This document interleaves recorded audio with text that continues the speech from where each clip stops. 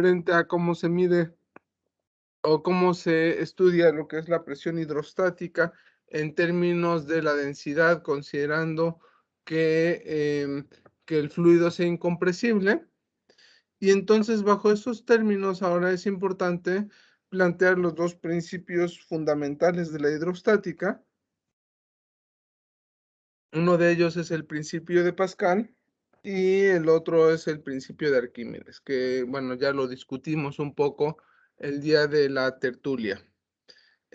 Con referencia al principio de Pascal, bueno, este, dato curioso, dato interesante es que Pascal no únicamente tiene la ley de la hidrostática que conocemos, que es la que vamos a estudiar ahorita. Recordarán cuando se ve, recordarán que en álgebra se llega a ver el triángulo de Pascal, que tiene que ver con un binomio, al elevarlo a las potencias, o sea, tiene que ver con los coeficientes de Newton, tiene que ver con las potencias de un binomio. Y bueno, también existe una ley de Pascal en la geometría. Esa ahorita no recuerdo bien cuál es. Pero bueno, tiene aportaciones importantes, sabiendo además que otra de las aportaciones importantes fue el diseño del antecesor de una calculadora, ¿no? Pero bueno, para nuestro interés, lo que vamos a trabajar es el principio de Pascal, el cual establece que si nosotros aplicamos presión en un fluido, eh, o hay un cambio de presión en un fluido, ese cambio se va a ver reflejado en cada parte del fluido, así como en las paredes que contienen el fluido.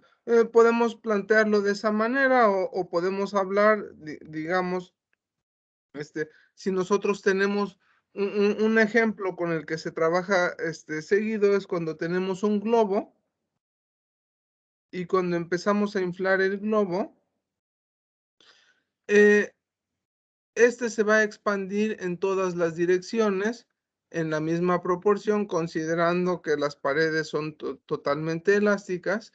La razón de crecimiento del globo va a estar relacionado directamente con el cambio de la presión. Entonces, si nosotros, la presión, recordando que tenemos que la presión es una cantidad escalar, va a ser igual en todas las direcciones en este punto.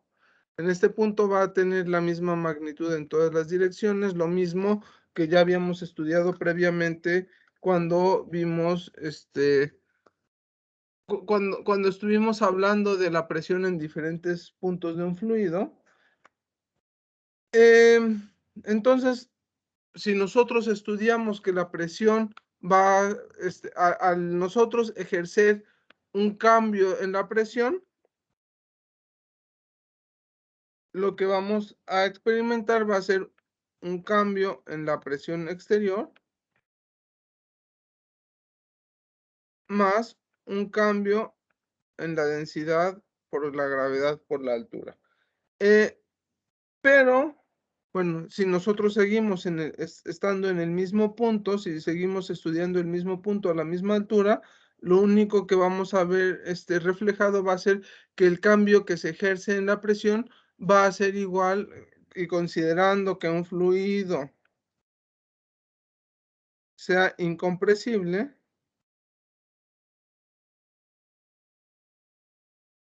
el cambio que vamos a ver reflejado va a ser únicamente, va a ser el debido al cambio en la presión exterior.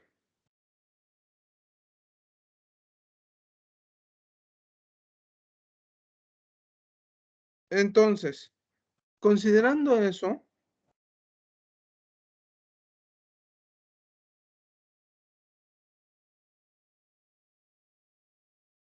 haciendo esas consideraciones, uno de los principales aplicaciones de el principio de Pascal es la famosa prensa hidráulica, que es lo que vamos a estudiar a continuación. Entonces, en la prensa hidráulica, lo que tenemos es lo siguiente.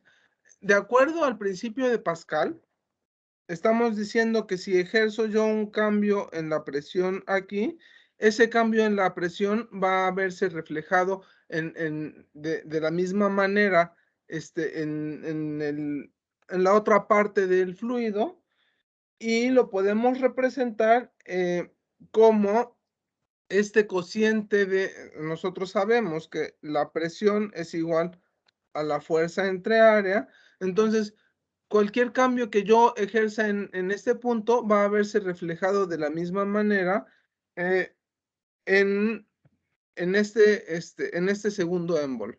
De tal manera que la fuerza por unidad de área que en el émbolo de entrada va a ser igual a la fuerza por unidad de área en el émbolo de salida. Si yo tengo un émbolo pequeño, aquí lo que se está planteando es que tengo un émbolo pequeño y aquí tengo un émbolo mayor, entonces el cociente se mantiene y esto me genera que si yo aplico una fuerza pequeña en el émbolo menor, eso se va a ver reflejado en una fuerza grande en el émbolo mayor porque tiene mayor área superficial. Si nosotros, en vez de estar, o sea, realmente lo que a nosotros nos interesa cuando, bueno, son dos cosas. Una es que yo aplico aquí poca fuerza y esto se ve reflejado en una fuerza mayor acá, pero por otro lado, recordando lo que hemos estudiado del flujo, recordando lo que hemos estudiado, entonces vamos a tener lo siguiente. Al haber un cambio en la presión aquí, esto se va a ver reflejado en un cambio en el volumen. Entonces voy a tener que el volumen,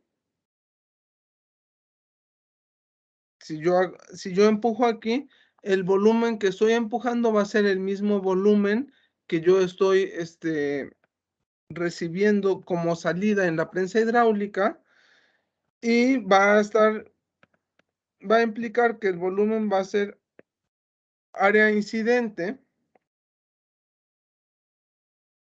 por la profundidad incidente y va a ser área de salida por la profundidad de salida. De tal manera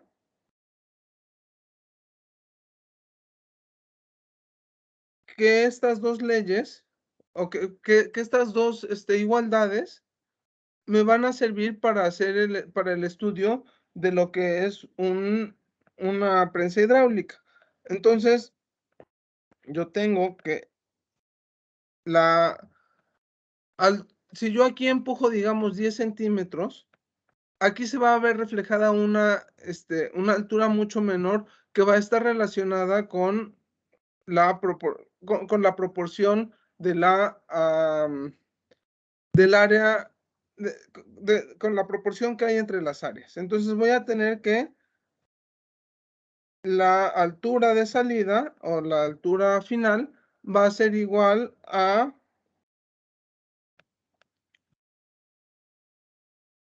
área inicial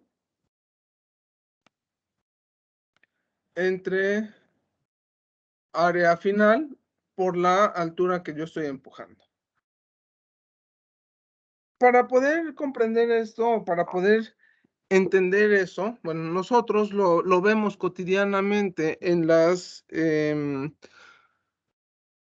talleres mecánicos. Esta es una de las aplicaciones que más hay del principio de Pascal, justo las prensas hidráulicas para levantar automóviles, pero que bueno, eso se va a ver reflejado en términos, o el que yo tenga que aplicar una fuerza pequeña para poder levantar un auto de un peso que yo no podría soportar, se va a ver impactado en que yo tengo que mover mucho aquí para poder levantar un poquito aquí. Entonces, lo que sucede es que ese proceso se lleva a cabo a través de una repetición de levantamientos una y otra vez para poder subir el automóvil. Seguramente alguna vez les ha tocado estar frente a un gato hidráulico en el cual lo que tienen que hacer es,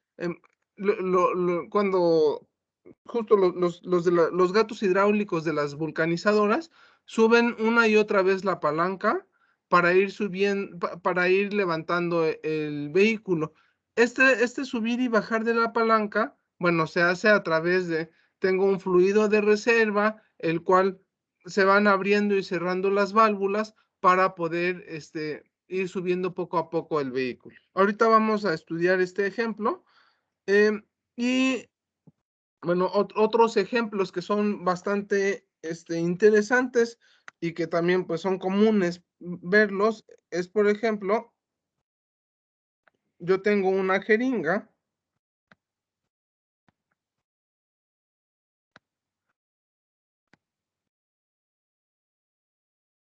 Eh, y bueno, en la jeringa yo tengo un émbolo de determinado diámetro, pero por la jeringa, por la aguja de la jeringa, sale únicamente, es un diámetro muy reducido. Entonces, yo aplico mucha fuerza y eso va a verse reflejado en una diferencia de presión. La misma diferencia de presión que voy a estar ejerciendo me va a permitir ingresar un fluido a través de la jeringa, ¿no? Entonces, bueno, habitualmente, de hecho, se llegan a hacer puentes hidráulicos con palitos, utilizando, malentendiendo o malinterpretando lo que es el principio de Pascal. Simplemente es para ejemplificarlo, pero bueno, son de las aplicaciones más comunes que tenemos del principio de Pascal. ¿Alguna duda o comentario hasta el momento?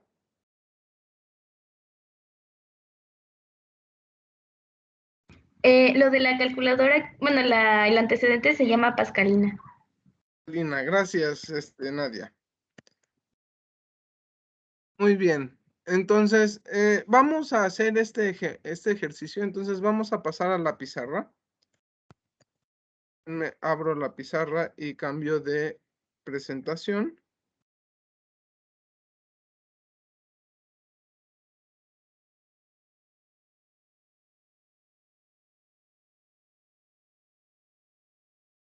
En el cual tenemos aquí, en el ejercicio,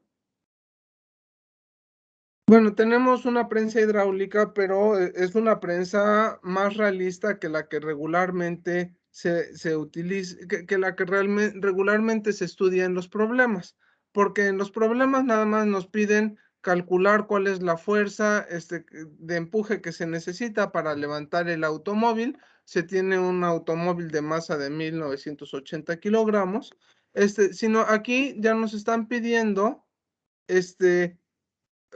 les digo, tenemos una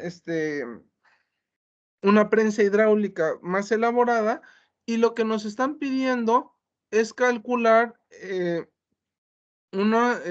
cuál es la fuerza aplicada, pero la fuerza aplicada en esta manivela para poder levantar el automóvil, en términos de que si yo tengo una manivela, tengo que aplicar torque, tengo que aplicar el principio de torque para poder,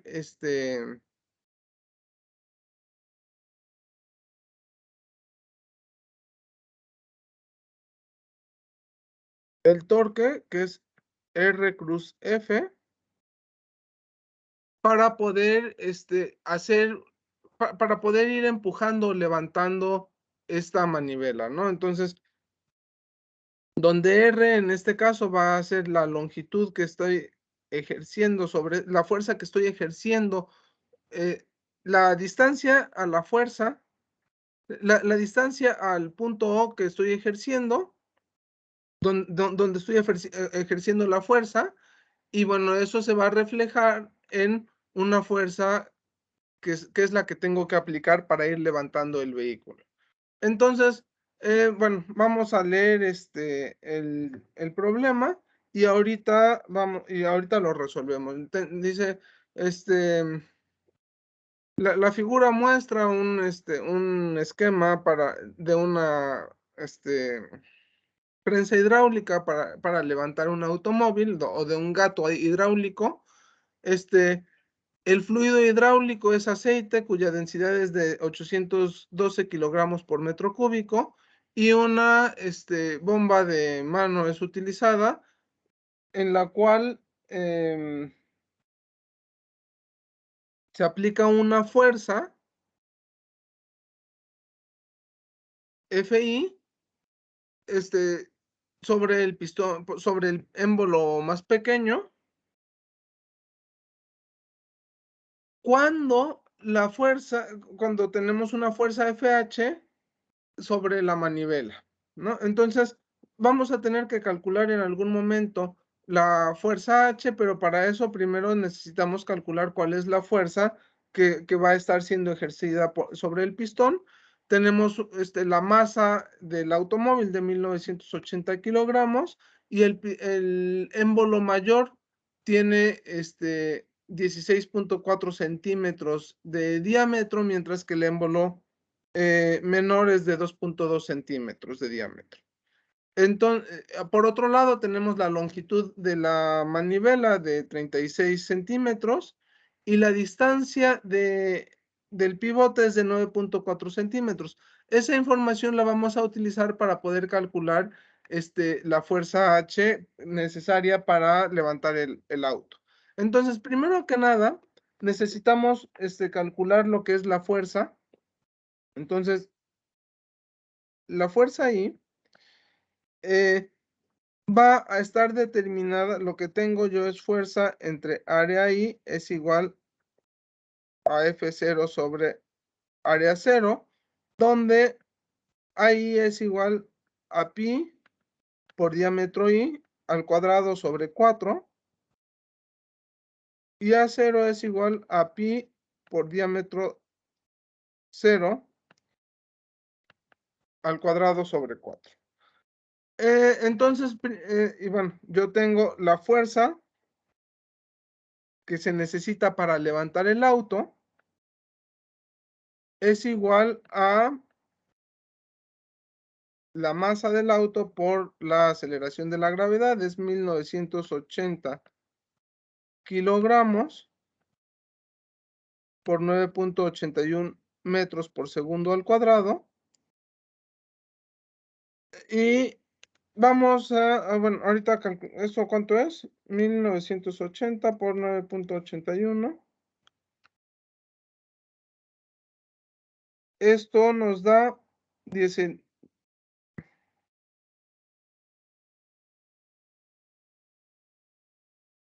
19.400 newtons, utilizando las reglas de cifras significativas. Ahorita, bueno, de hecho, todavía no vamos a hacer uso de esto. Vamos, entonces, a partir de estas tres ecuaciones, necesitamos calcular lo que es la fuerza que se va a aplicar sobre el émbolo menor. Eso es igual a I sobre A0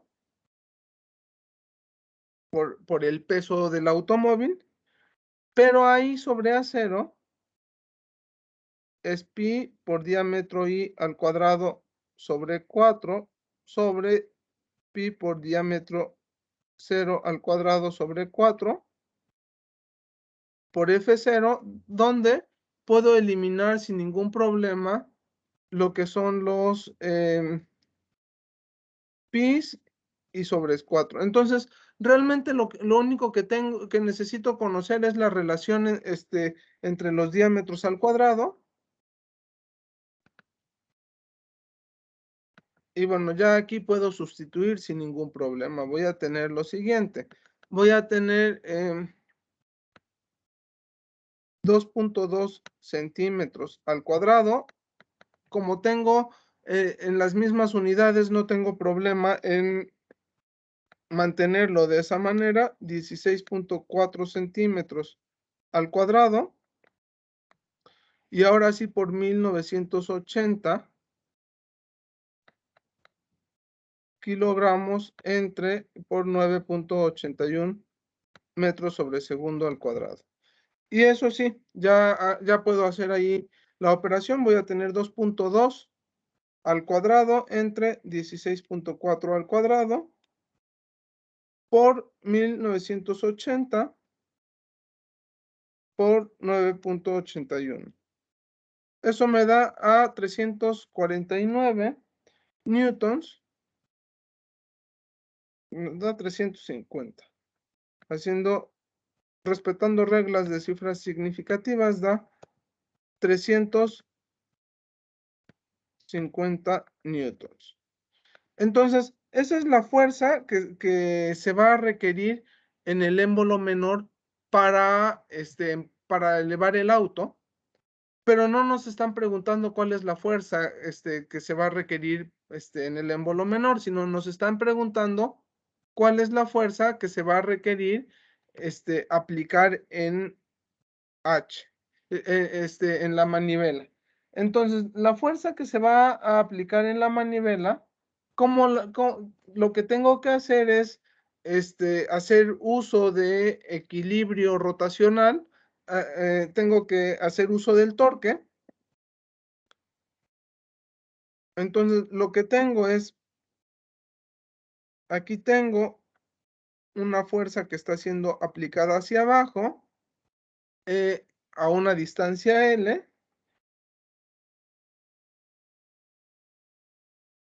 Perdón, no es la suma de fuerzas, sino la suma de torques.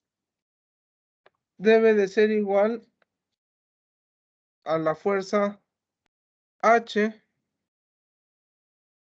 por L menos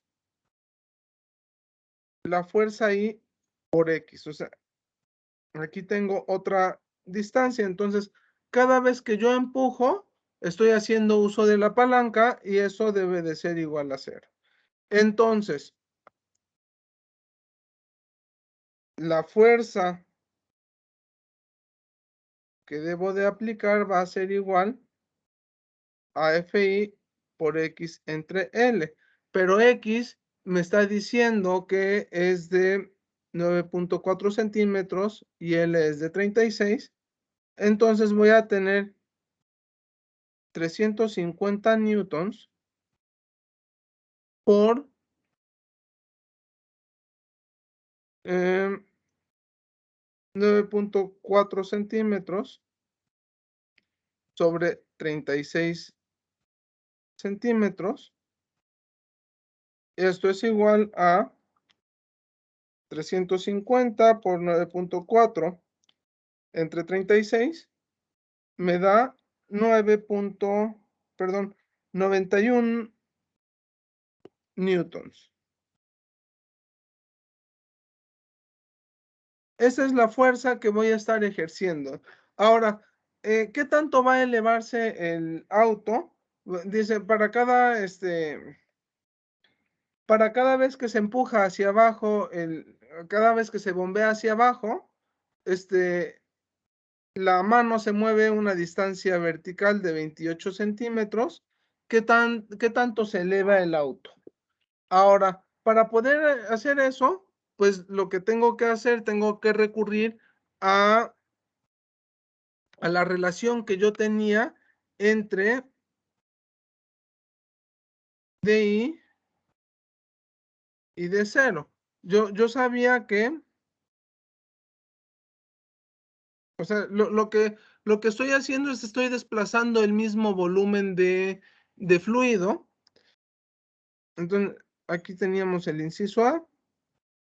Para el inciso B, lo que tenemos es, yo tengo el mismo volumen, siempre voy a estar desplazando el mismo volumen de fluido, no puedo aumentar la cantidad de fluido. Entonces, mientras yo aumento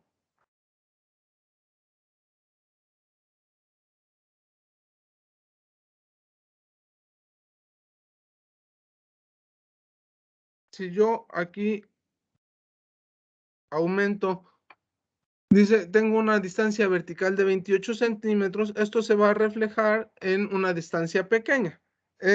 Tenemos igual las áreas, entonces voy a tener que D0, ya habíamos visto que D0 es igual a DI por área y entre área 0, y lo mismo que hicimos previamente, esto va a ser DI, bueno, DI aquí puede ser, puedo utilizar otras, en vez de utilizar D para diámetro, voy a utilizar más bien H, como en términos de la altura. Entonces voy a tener que la altura que se va a elevar va a ser H0, HI, ahí sobre A0. Esto es igual a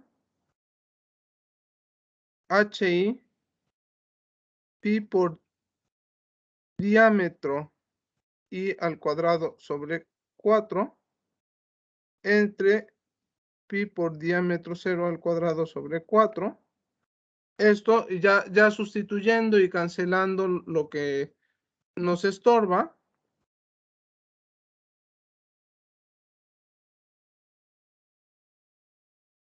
Lo que voy a tener va a ser, en HI va a ser 28 centímetros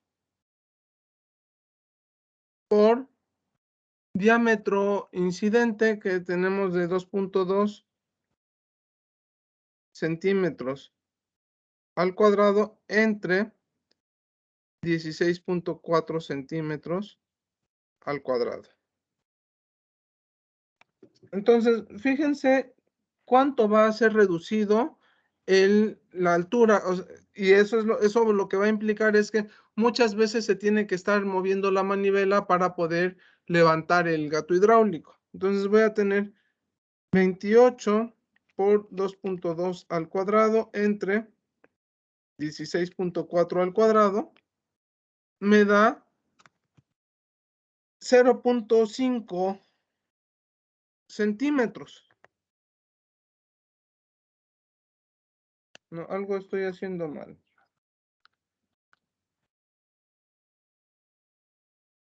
Sí, claro. Esta no está bien la respuesta. Aquí estoy equivocándome.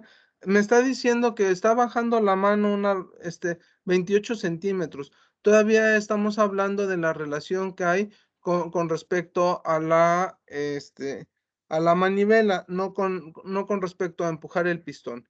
Entonces, antes de llegar a esta parte,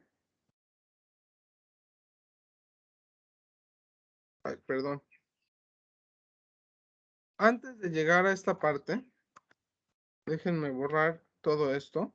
Lo que tengo que hacer es calcular cuál es la relación que va a haber entre los 28 centímetros que tengo que subir y bajar la mano. Entonces, yo tengo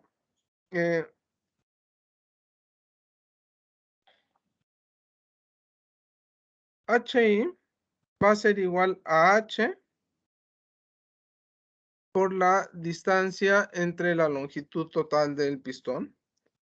Eso va a ser entonces a 28 centímetros, que me va a multiplicar a X, que quedamos que X era 9.4 entre 36. Y esto es igual a 28 por 9.4 entre 36. 7.3 centímetros. Entonces, fíjense. Yo aquí subo y bajo 28 centímetros. Pero estoy aplicando poquita fuerza. Estoy aplicando una fuerza de 91 newtons. Eso me implica que aquí únicamente va a subir y bajar 7.3 centímetros. Y ahora sí, H0 va a ser igual a HI por DI al cuadrado sobre D0 al cuadrado. Esto es igual a 7.3 por 2.2 centímetros al cuadrado entre 36 centímetros al cuadrado. Perdón. No es 2.2, sí, 2.2 y aquí no es 36, sino es 16.4. Entre 16.4 centímetros al cuadrado. Esto es igual a 7.3 por 2.2 al cuadrado entre 16.4 al cuadrado. Tenemos 0.13 centímetros. Entonces, bueno, el costo que se tiene, esto es igual a 1.3 milímetros. El costo que se tiene de aplicar poca fuerza es que tiene uno que repetir muchas veces el movimiento para poder subir significativamente el vehículo. ¿Alguna duda o comentario de este ejemplo? Profe, en Dime. el esquemita, ¿cuál es H y cuál es HI? Ok. Sí, me faltó ahí. Es que H, déjame borrar aquí lo que me está sobrando. H van a ser 28 centímetros que voy a subir y bajar la manivela. Y HI van a ser precisamente estos,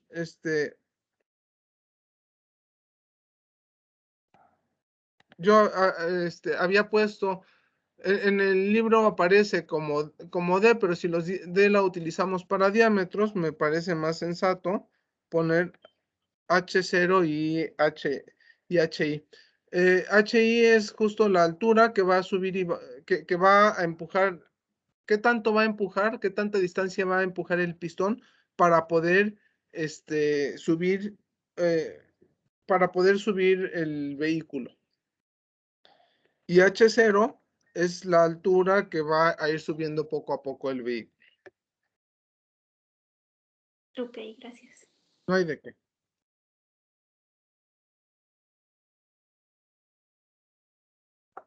Bien, supongo que ya estamos todos los que somos.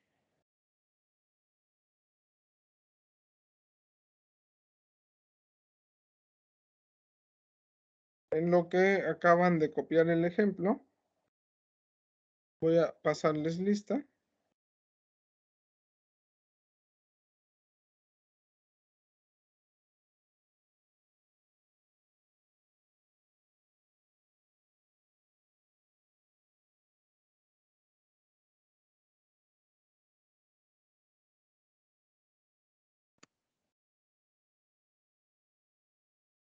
Abdiel.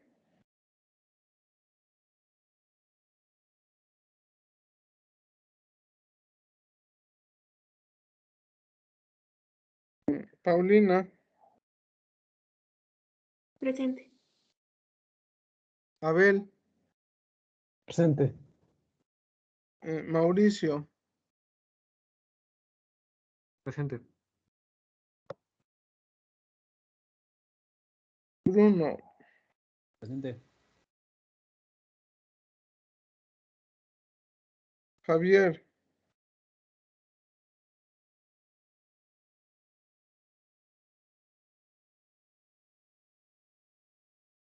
Grandení. Presente. Daniel. Presente. Antonio. Supongo que ahorita escribirás mensaje. Ya vi que estás conectado. Iris. Presente. Manuel. Presente. Neri. Presente. Obed. Presente. José Ramón, Presente. Rachel,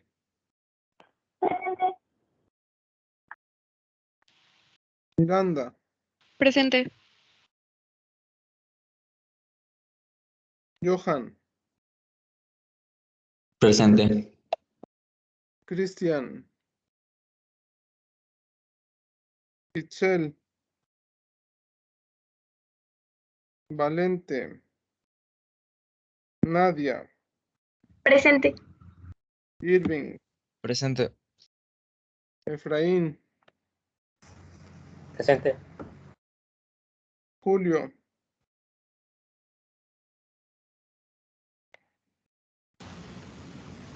Presente, profe. bien, Alejandro y Jonathan. Ok. No están. Perfecto. Bien. Entonces, bueno, vamos a regresar a la presentación. Entonces, el principio de Pascal básicamente se resume en este ejemplo que acabamos de ver.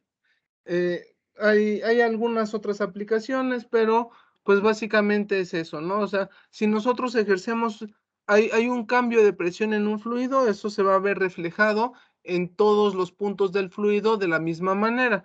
En particular tenemos la aplicación de lo que es la prensa hidráulica. Ahora, como siguiente punto, es el planteamiento que ya hicimos durante la tertulia de despedida de la facultad. Y viene lo que es el principio de Arquímedes. Entonces ya platicamos la historia de Arquímedes y de cómo descubrió el principio.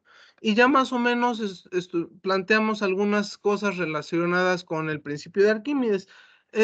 A final de cuentas, el principio de Arquímedes plantea lo siguiente, que si nosotros tenemos un objeto parcialmente sumergido o totalmente sumergido dentro de un fluido, pues al estar parcialmente sumergido o totalmente sumergido, va a encontrarse en equilibrio. Al encontrarse en equilibrio dentro del fluido, para que se encuentre en equilibrio, lo que se requiere es que exista una fuerza de empuje hacia arriba que va a tener la misma magnitud que el peso que el fluido haya desalojado. Entonces, si nosotros tenemos un material cuya densidad sea igual a la del fluido, pues va a desalojar todo su volumen va a ser desalojado y vamos a tener ¿cómo se llama? El material que lo podemos dejar suspendido en cualquier parte del fluido. Si nosotros tenemos un material cuya densidad es menor, bueno, va a tener una fuerza de empuje que va a permitir que el objeto flote, como ya lo hemos estudiado, al menos ya hemos visto este fenómeno. Y bueno, y si tenemos un material de mayor densidad, pues va a hundirse. Pero en todos los casos vamos a tener que la fuerza de empuje va a estar relacionada con la cantidad de fluido que se está desalojando. En particular, si tenemos un pedazo de fluido del agua, entonces la fuerza de empuje que va a estar hacia arriba va a ser igual al peso del mismo fluido. Si nosotros tenemos un objeto con mayor densidad, pues justamente la masa por la gravedad va a ser mayor que la fuerza de flotación, que la fuerza de empuje o fuerza de flotación. Y si nosotros tenemos un material menos denso, pues vamos a tener mayor fuerza de empuje que el peso del fluido, ¿no? Entonces, esto es lo que nos justifica que un material pueda flotar o no. Se me olvidó encargarles que tuvieran a la mano un pedazo de plastilina, entonces, bueno, lo vamos a plantear únicamente de manera, de problema, ¿cómo se llama? Pensado. Voy a dejar de compartir un momento pantalla. tengo un pedazo de plastilina. ¿Qué pasa si el pedazo de plastilina lo pongo en el agua? ¿Se hunde? Se va a hundir. Ahora, ¿qué debo de hacerle a este pedazo de plastilina para que la plastilina no se hunda? Cambiar su forma. Cambio su forma y entonces si lo pongo, lo primero que van a hacer, esto es una actividad que se hace mucho con niños justo cuando se está planteando la idea de densidad. Entonces, lo primero que hacen es, pues lo voy a hacer en forma de tortilla. Y lo ponen en forma de tortilla y el material se sigue hundiendo. Lo que tenemos que hacer al cambiarle la forma es justo aplicar la idea de densidad donde, pues si yo lo pongo en forma de barco, voy a estar ocupando una gran cantidad de volumen y la masa va a seguir siendo la misma y eso me va a permitir que el pedazo de plastilina flote.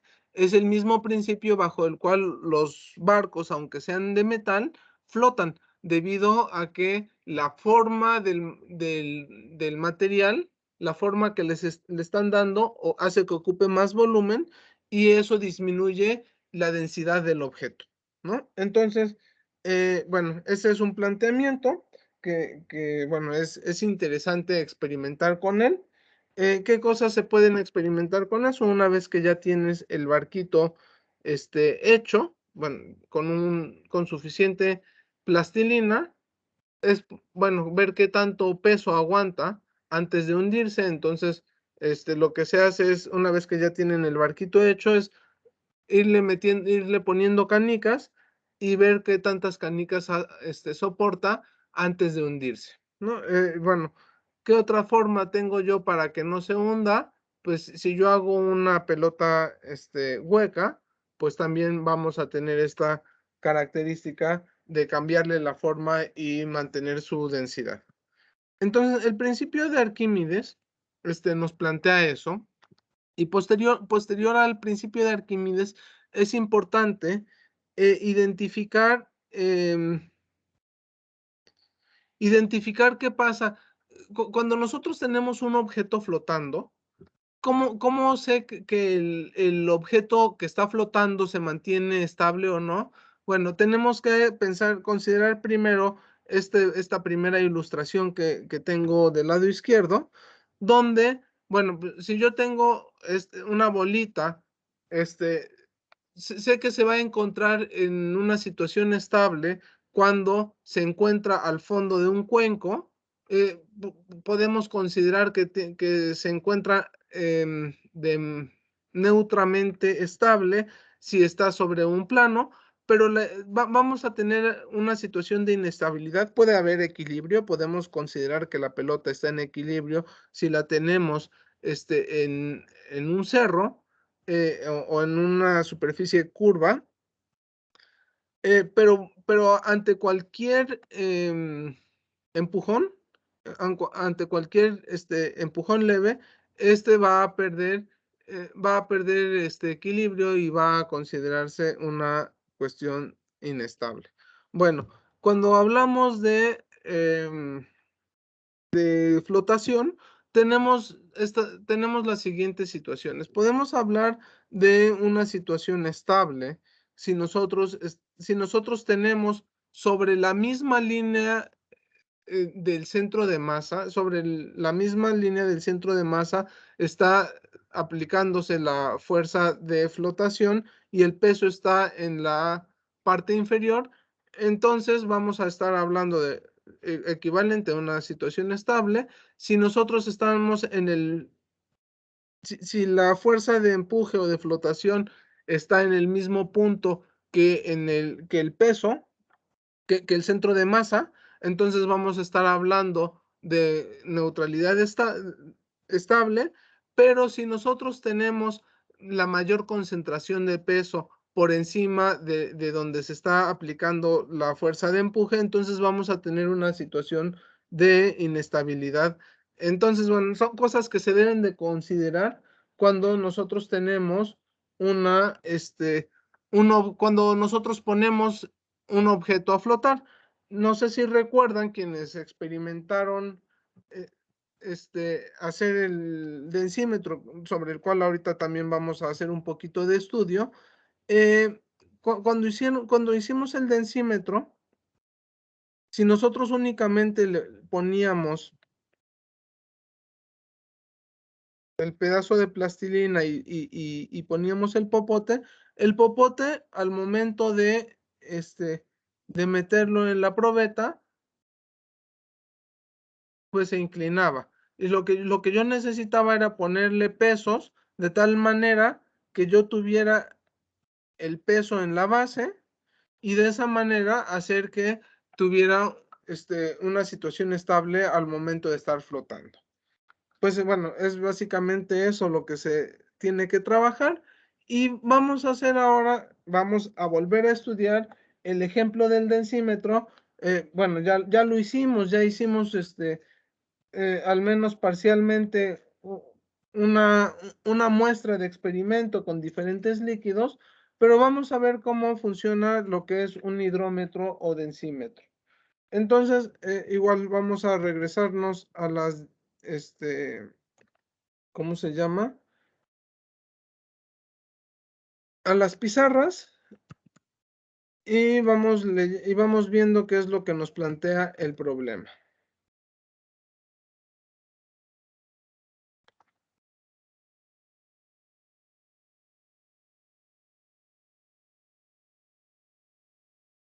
Entonces tenemos justo el hidrómetro, dice la parte superior del hidrómetro se eleva por encima de la superficie.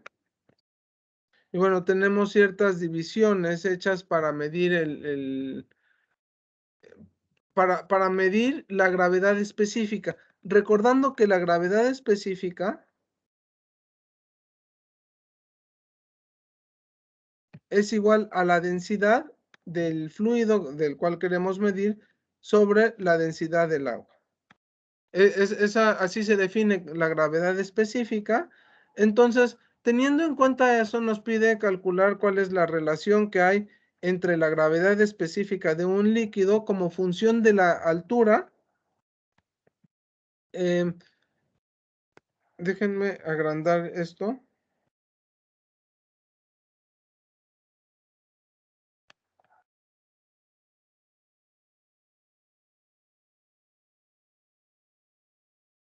Ahí está.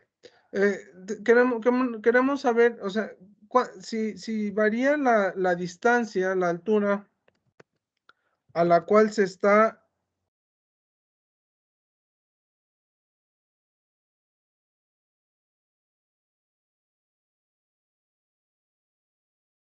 puede y a veces no se puede circular. Ahí está.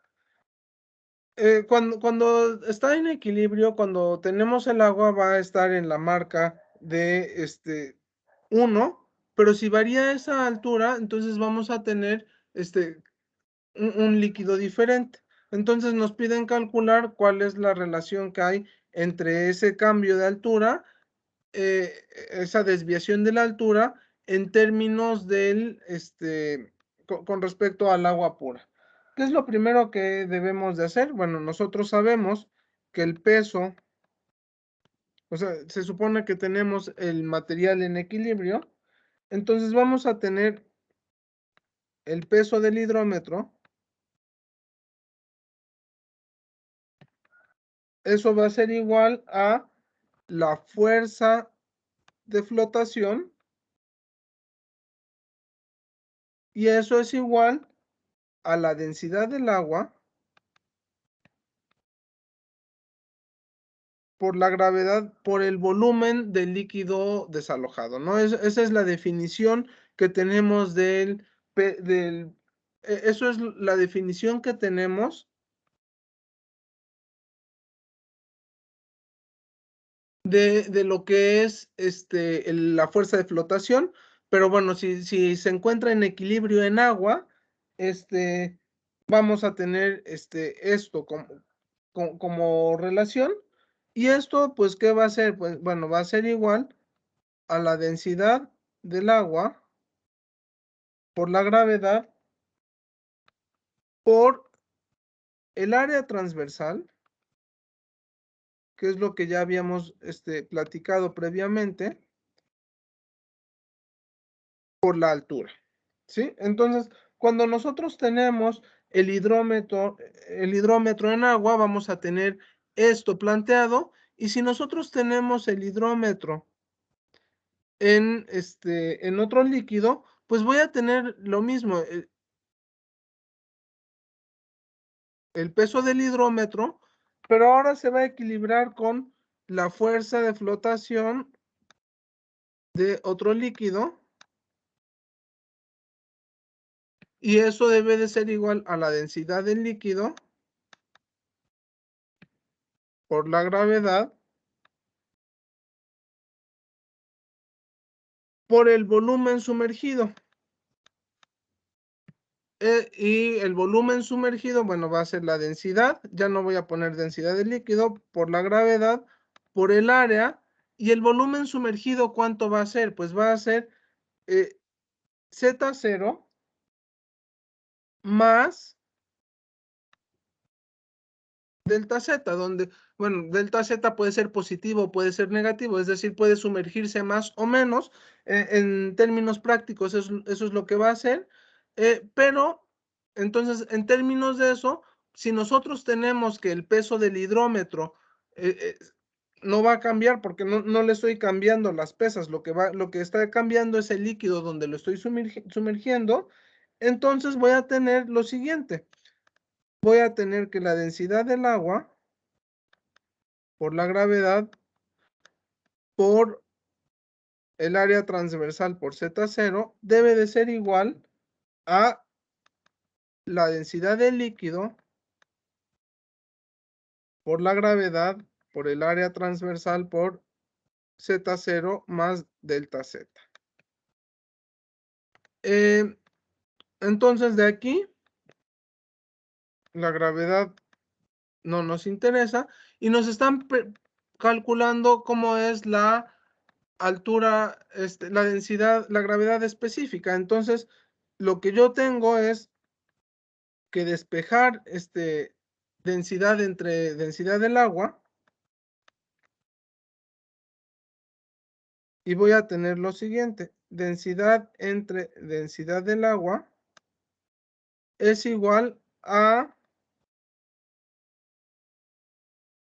el área también se va, el área tampoco, el área transversal ya habíamos platicado que no tiene juego en el cálculo.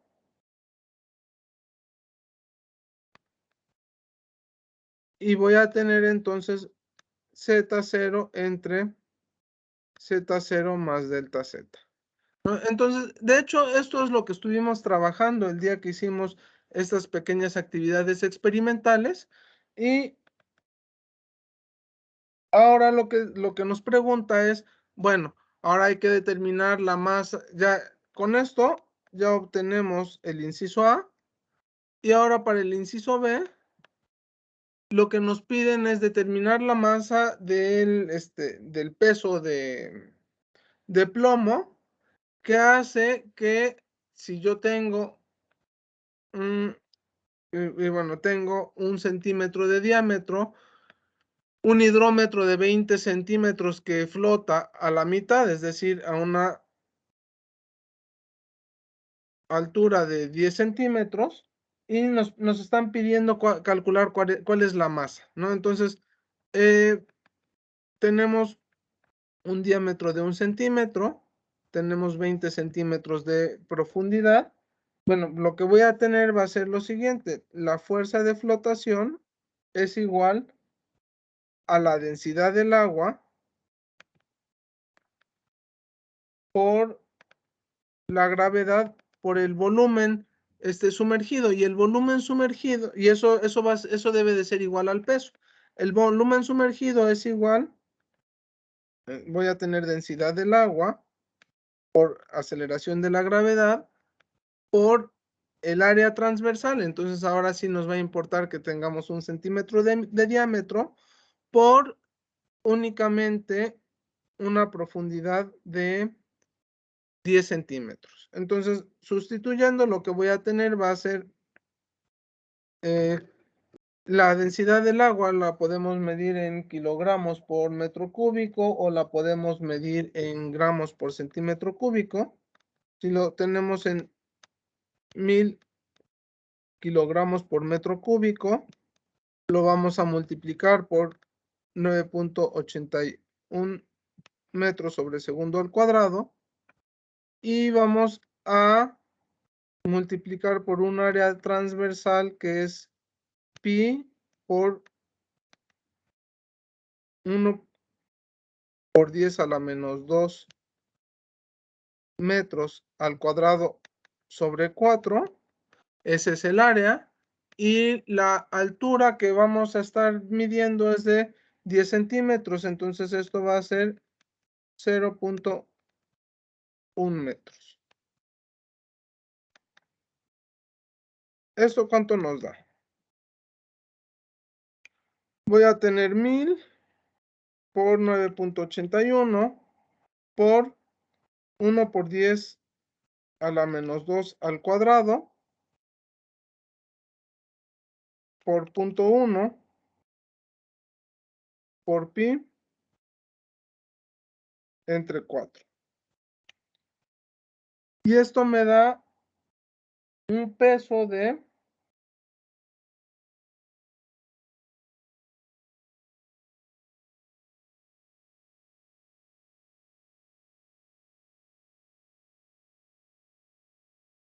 0.077 newtons. Entonces, eso me implica que la masa de la plomada debe de ser igual a entre 9.81 a 7.85 gramos. Únicamente, bueno, realmente realmente ya nada más no había que multiplicar por la gravedad, sino únicamente podemos calcular la masa calculando la densidad del agua por el volumen desalojado. ¿Alguna duda o comentario de este ejercicio?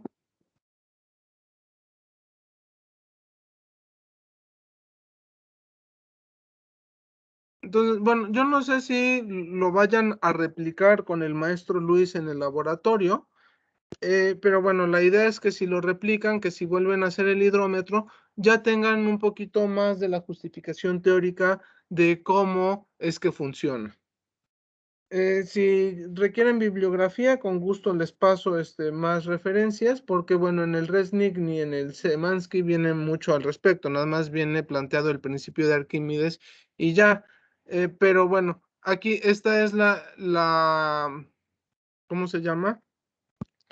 Este es el desglose de cómo calcular la densidad o la gravedad específica del, ¿cómo se llama? De cualquier fluido. Si yo quiero calcular la densidad del fluido, entonces, pues lo que voy a hacer es que la densidad es igual a Z0 entre Z0 más delta Z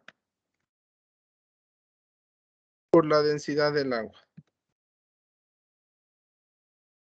Y esto es lo que van a utilizar para poder calcular la densidad, para poder medir la densidad de diferentes fluidos.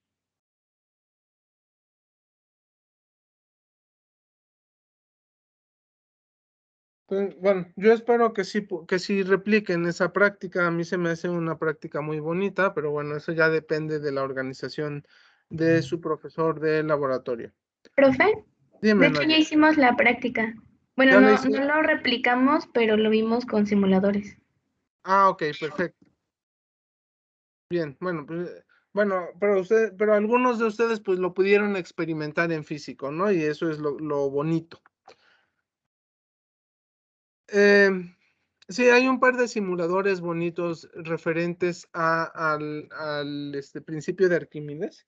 Y hay otra aplicación del principio de Arquímedes, ahorita no lo tengo planteado como problema, Pero, bueno, ¿cómo funciona un globo aerostático o esta parte de los globos de helio, no? O sea, bueno, normalmente estudiamos el principio de Arquímedes, en objetos que flotan en agua o en algún otro fluido, o fluidos que flotan sobre fluidos.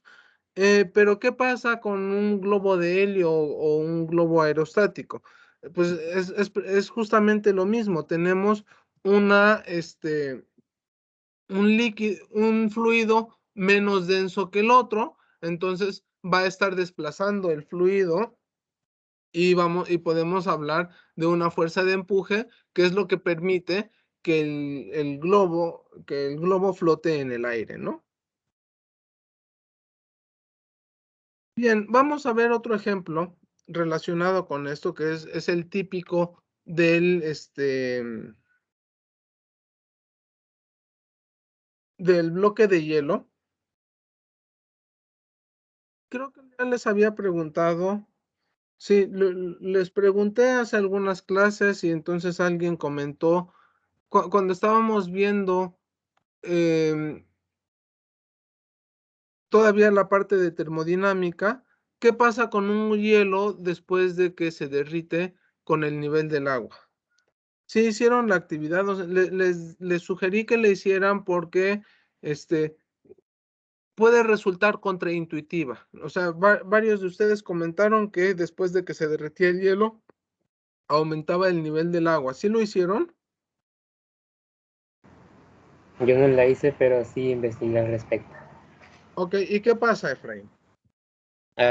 Pues creo que este nivel del agua disminuye. El nivel del agua se mantiene. ¿Por qué se mantiene? Sí. Pues considerando toda esta parte que vimos de los cambios de estado, recuerden que el hielo tiene menor densidad que el agua y eso es lo que hace que flote. Entonces, pero la cantidad de hielo que hay va a ser la misma que está desalojando y eso está relacionado con el principio de Arquímedes. Entonces, la masa de hielo que está empujando el agua va a ser la misma masa de agua que está siendo desalojada. Cuando el hielo se derrite, pues entonces pasa a ser agua y va a ser la misma masa que era desalojada, por lo tanto, vamos a tener la misma cantidad, vamos a tener agua al mismo nivel. ¿Por qué planteo eso? Nosotros habitualmente, cuando se habla del calentamiento global, se habla de las cosas que se hablan comúnmente es del derretimiento de los polos. Entonces, hay dos situaciones. Una es el Polo Norte, en donde lo que tenemos son bloques de hielo flotando en el agua, que si se derriten, eso no va a afectar al nivel del mar. Entonces, ahí está la respuesta de qué pasa si se derrite el Polo Norte, pues no va a afectar el nivel del mar. Sin embargo, sí va a afectar las corrientes de convección que hay en el mar y eso es lo que nos ocasiona los tornados, huracanes y demás. Pero si se derrite el hielo de la Antártida, el cual está sobre tierra, entonces ese sí, o sea, va a hacer que aumente la cantidad de agua que haya en el mar y entonces sí aumenta el nivel el nivel del mar y entonces sí sí puede generar inundaciones que están en zonas que están al nivel del mar. Bueno, el planteamiento del problema que viene es el siguiente. Tenemos un cubo de hielo. Entonces, o sea, estamos hablando de un bloque de hielo cúbico. Entonces, dice, considera un bloque de hielo cúbico flotando en agua de mar. La gravedad específica del hielo es de 0.92 y del agua del mar es de 1.025. Entonces, ¿qué quiere decir? Que la densidad del hielo es igual a 0.92 veces la densidad del agua y la densidad del agua de mar es 1.025 veces la densidad del agua. Eso es lo que me está diciendo con la gravedad específica. Entonces, dice que 25 centímetros de altura es la porción del hielo que está sobre la superficie y nos piden determinar la altura o bueno, la profundidad del bloque que está por debajo de la superficie.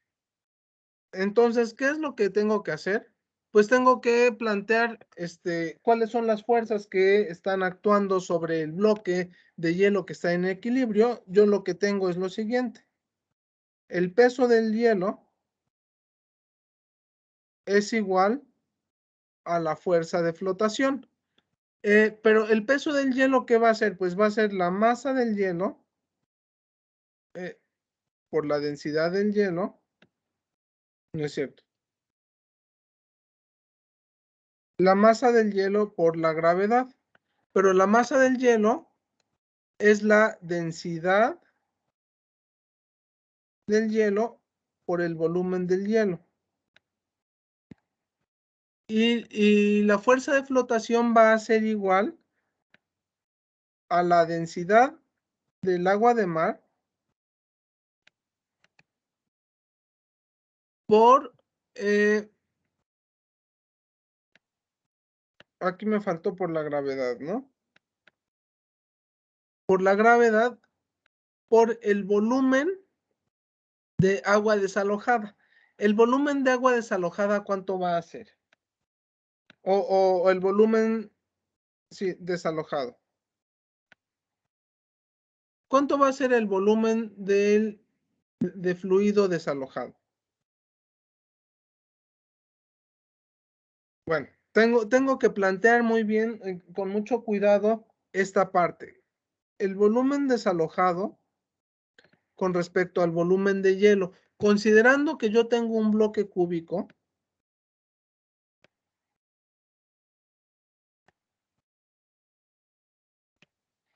cuyo, bueno, tengo, y de ese bloque cúbico, ay, ¿qué pasó aquí? De ese bloque cúbico, ¿qué me hace esto? No sé qué está interpretando el programa. Tengo una parte que está flotando, ¿no? Que está por fuera. Esa parte son estos 25 centímetros. Pero es un bloque cúbico, entonces yo voy a tener una altura H o un lado L. Vamos a llamarle L. Voy a tener un lado L. Entonces, el volumen de hielo, ¿qué va a hacer? El volumen del hielo es igual al lado al cubo. El volumen desalojado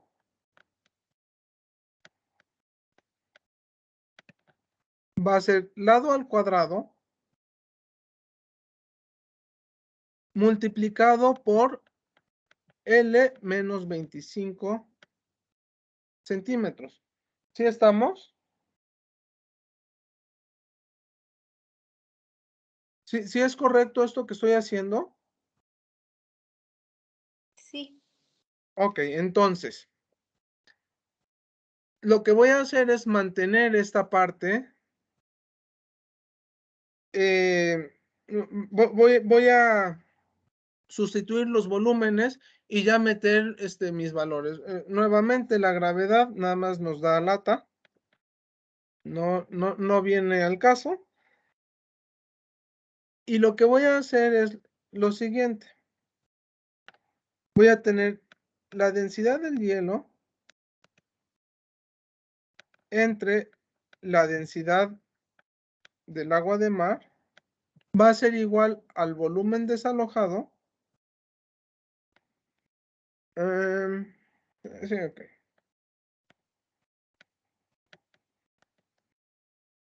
Entre el volumen del hielo. Esto es igual a L cúbica, perdón, L cuadrada por L menos 25 centímetros entre L cúbica. Pero por otro lado, pues yo ya tengo las densidades, que es 0.92 entre 1.025.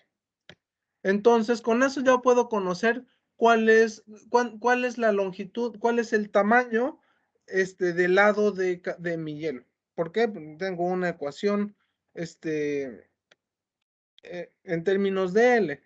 De hecho, aquí puedo cancelar L cúbica con L cuadrada, me va a quedar únicamente L y de aquí ya puedo despejar, porque voy a tener 0.92 entre 1.025. Igual la densidad del agua no viene al caso. Con las gravedades específicas tengo suficiente. 0.92 entre 1.025 por L debe de ser igual a L menos 25 centímetros. Entonces, voy a tener L menos 0.92 sobre 1.025. L debe de ser igual a 25 centímetros.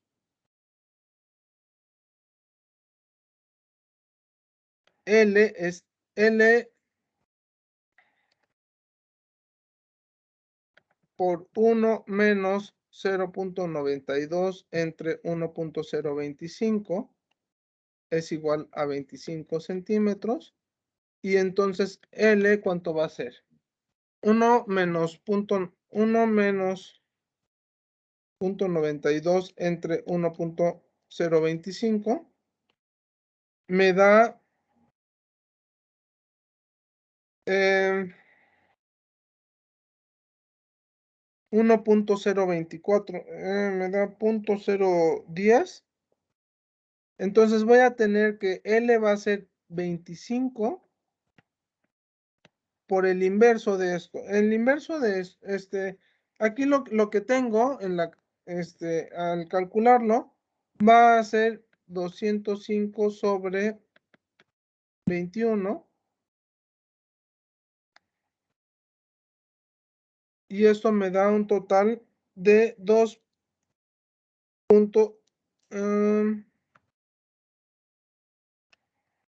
Algo dice aquí raro.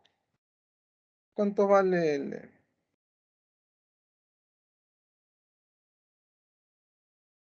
Ah, no, sí está bien.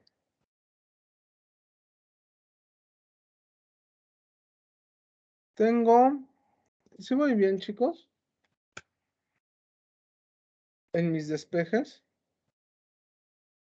Bueno, es que aquí ya me salté muchos pasos. 1 menos 0.92 entre 1.025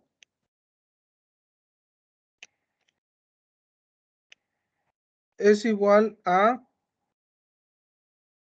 21 sobre 205.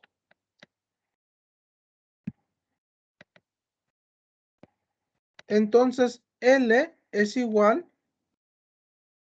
a 25 por 205 entre 21. 25 por 205 entre 21 me da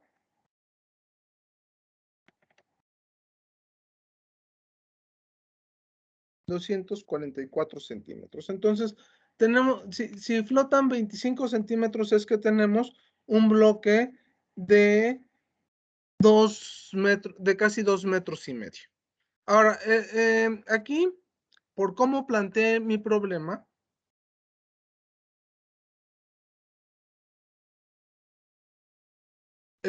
tengo una longitud L, pero me están pidiendo H. Entonces, bueno, ya lo único es que H va a ser igual a L menos 25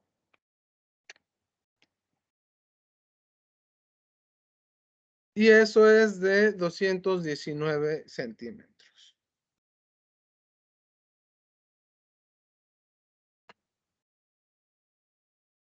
No sé si haya alguna duda o algún comentario respecto a este problema. Entonces, digo, este es el problema típico de un iceberg o de un pedazo de hielo que flota sobre, en el agua. Nada más que aquí no estamos utilizando agua, sino estamos utilizando agua salada y estamos utilizando la densidad, las gravedades específicas que pueden ser otra forma de representar la densidad del hielo.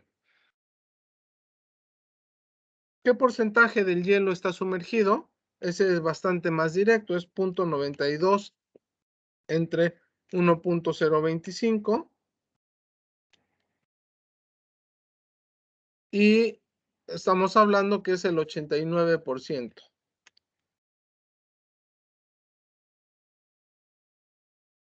Casi el 90%. ¿Alguna duda o comentario, chicos y chicas?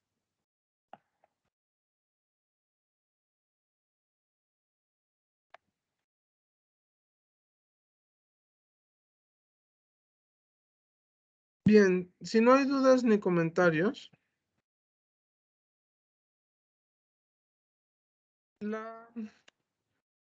con esto vamos a terminar la clase y ya nada más se les quedaría como tarea para pensarle, y si tienen cerca de ustedes o acceso a un vehículo, se les queda como tarea esto.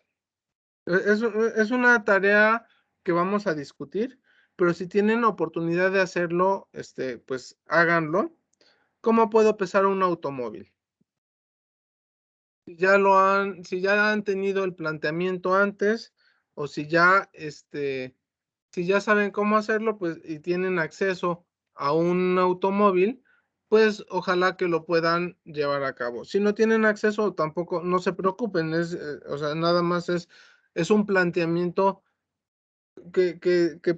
con el cual podemos concluir esta parte referente a fluidos, a la parte de hidrostática y toda esta situación de fluidos en reposo. Entonces, ¿alguna duda o comentario? ¿Tienen idea de cómo responder esta pregunta, chicos?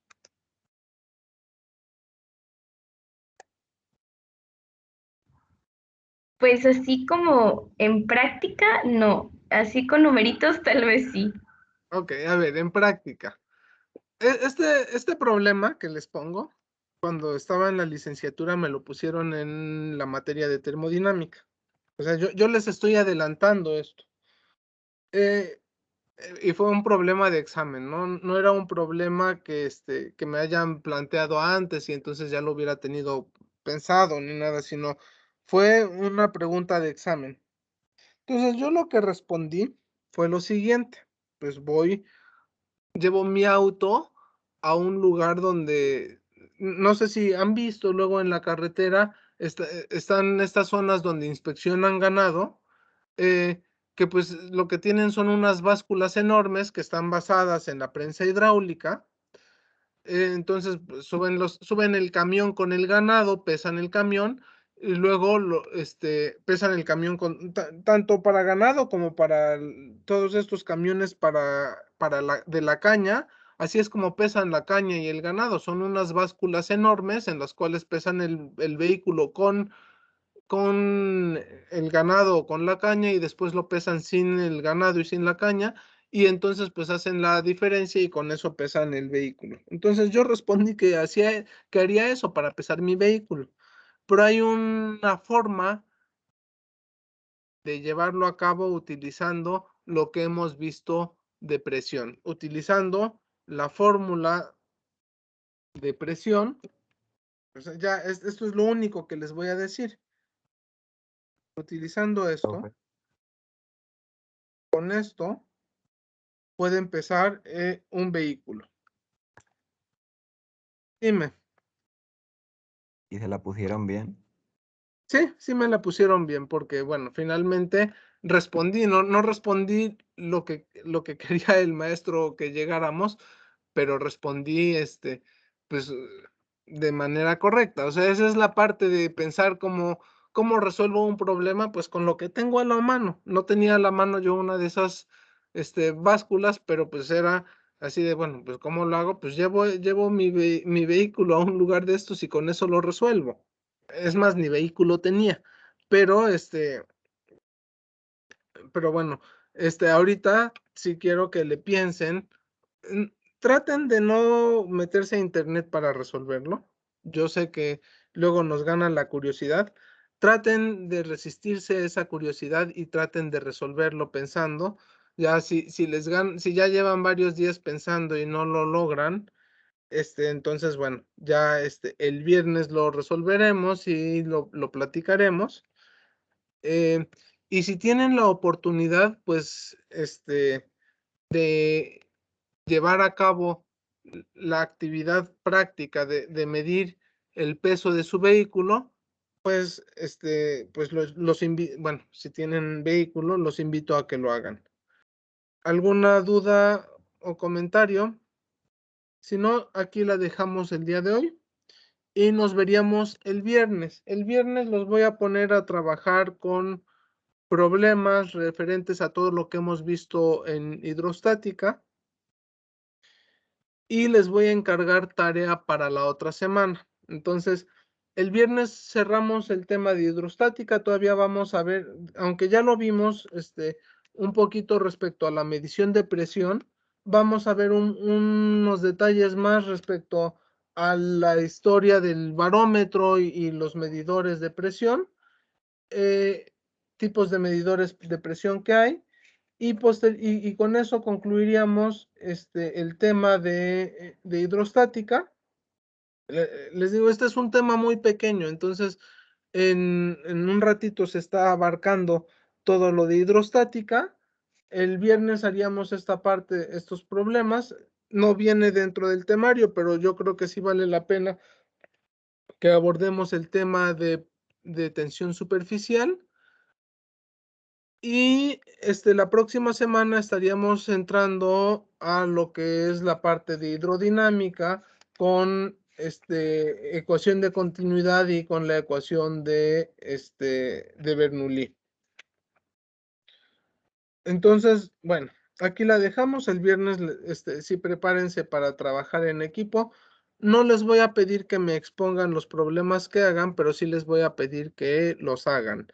Y eso implica que todos participen en la discusión del problema, chicos. A cada quien le voy a pedir que en el reporte que me entreguen, me digan cómo participó cada quien. En el mismo, o sea, hagan un mismo archivo, pero cada quien va a agregar notas a su archivo personal que me van a subir, diciendo cómo participó cada quien en sus equipos, chicos. Entonces, pues les encargo mucho eso.